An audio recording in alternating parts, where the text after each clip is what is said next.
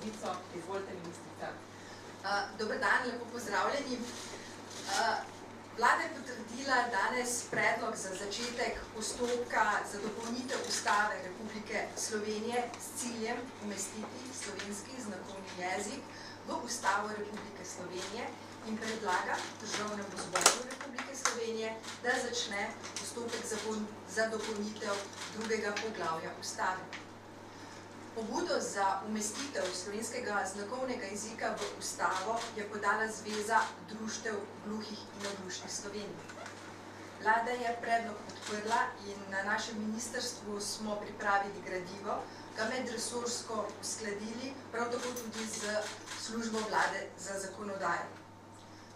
Kot ministrica pristojna za področje invalidov sem izredno vesela, da se je vlada odločila to pobudo podpreti. Menim, da gre za zelo pomembno odločitev. Gluhim, naglušnim in gluhoslepim je slovenski znakovni jezik materin jezik in je njihov osnovni in edini jezik za sporazumevanje.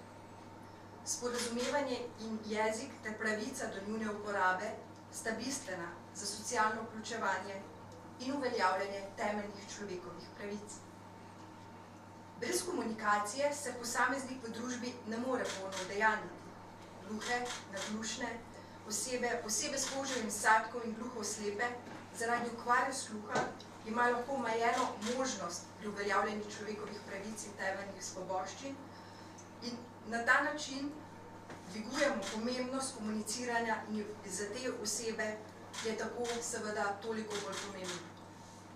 Slovenski znakovni jezik je avtohton, jezik gluhe skupnosti v Sloveniji, popolnoma neodvisen od slovenščine, uvršča se med jezike manjšin v Sloveniji, do zdaj pa še ne uživa ustavnega varstva in je kot materin jezik gluhih v neenakovrednem položaju. Je znak tudi slovenske in kulturološke pripadnosti, socialnega povezovanja in s tem identifikacije jezikovne manjšine.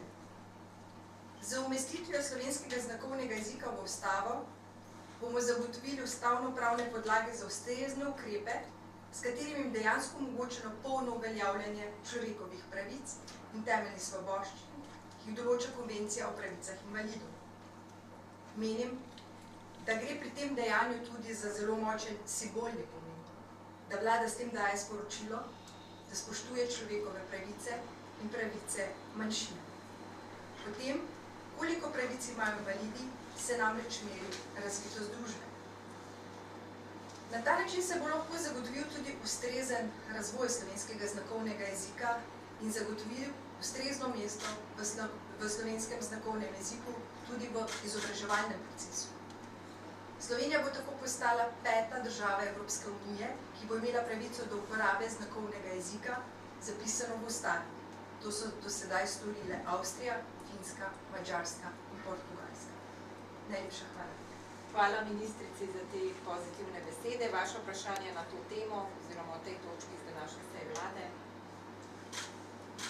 Izvolite, STA. Govornica STA. Omenili ste, da bo to podlaga tudi za pripravo ustreznih ukrepov za večji dostop do znakovnega jezika. Najbrž je v to vključena tudi sprememba zakona o uporabi slovenskega znakovnega jezika na področju izobraževanja. Različne organizacije opozarjajo, da imajo gluhi otroci šoloobvezni zgolj, mislim, da 100 ur do pravice do tolmača v šolah. Ste se morda že tudi o tem kaj pogovarjali, kakšni so načrti na tem področju?